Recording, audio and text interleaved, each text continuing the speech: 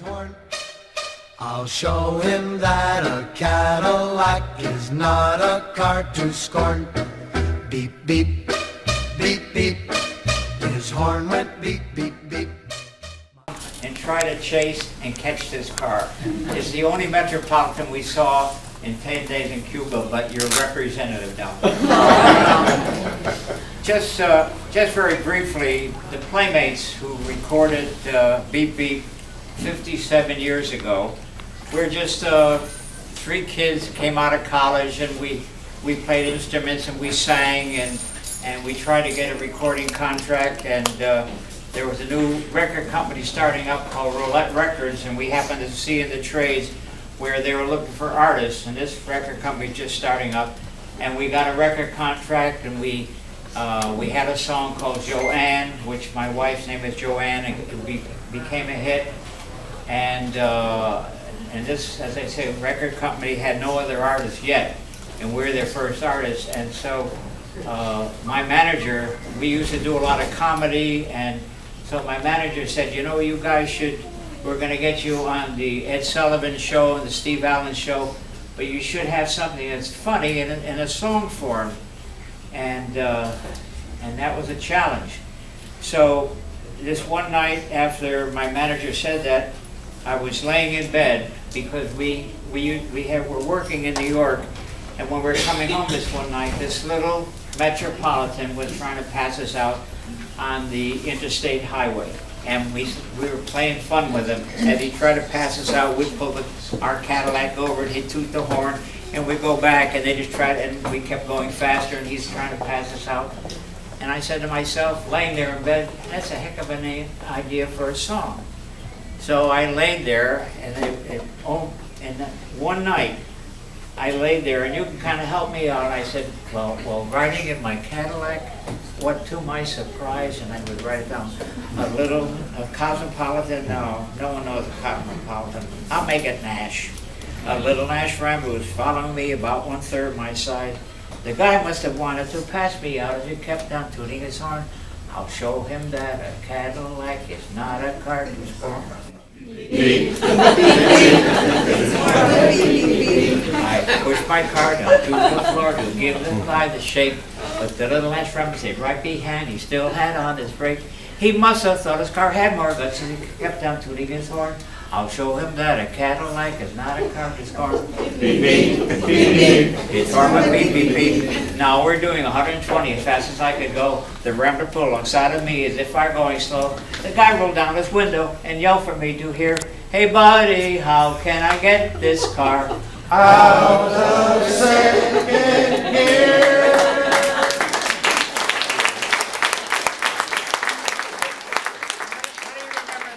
57 years ago. Oh, yeah. And people, even young kids, I say beep beep, oh, I know that song. My parents played that song, and the song just goes on and on and on.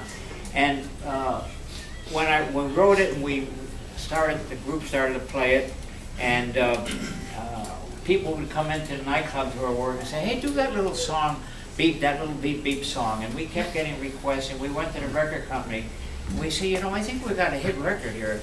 And we sang it to the record company. They said, well, it's a cute little novelty, but it'll never sell. It changes tempos, it mentions products, so the radio stations won't play it. The kid, too many words, the kid, you know, we said, maybe you're right. It's just good for, just good for nightclubs. And the industry was having the first disc jockey convention in the country, and they had all the big disc jockeys from all the country came to Kansas City for first disc jockey convention.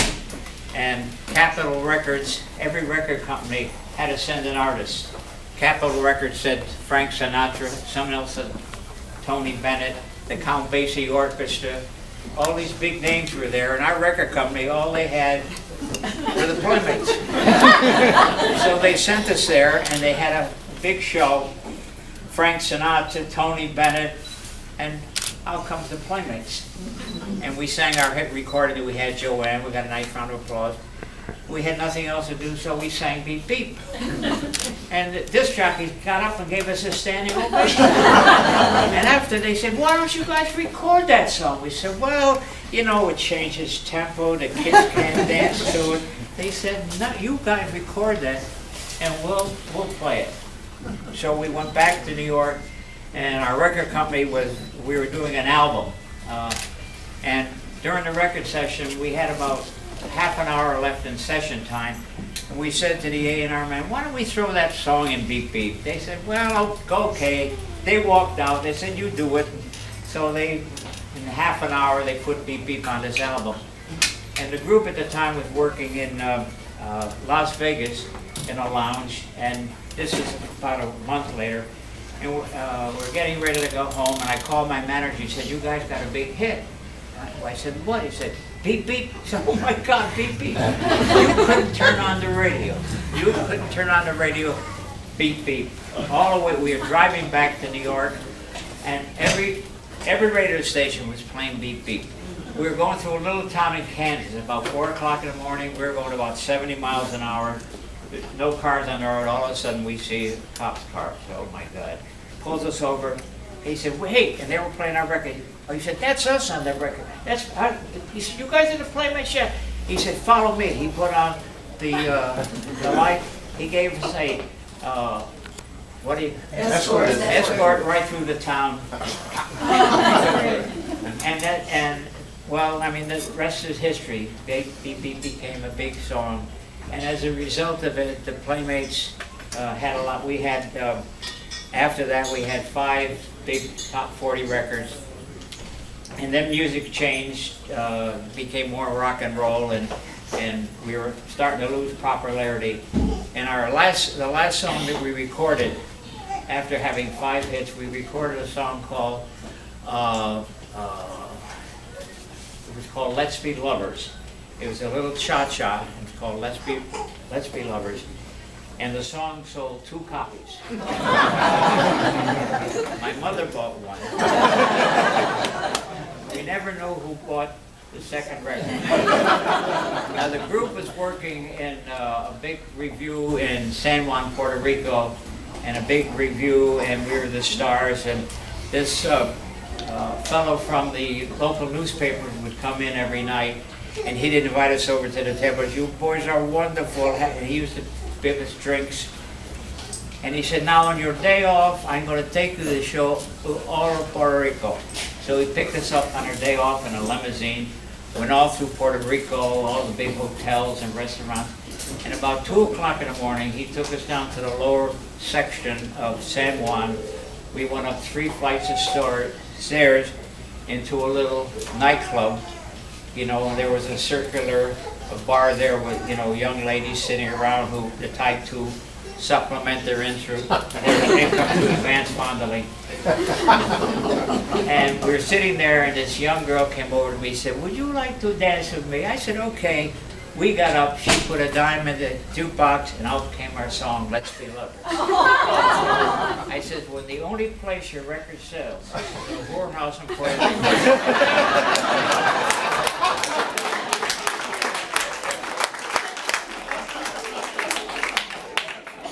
That's the history. And just in England, we had to change the song from a Nash Rambler to a bubble car because the BBC would not allow products to be mentioned. So in England, we're the bubble car and the limousine, and it sold very well.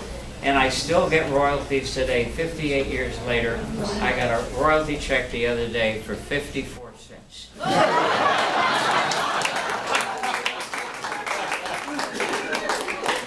Thank you for your support. We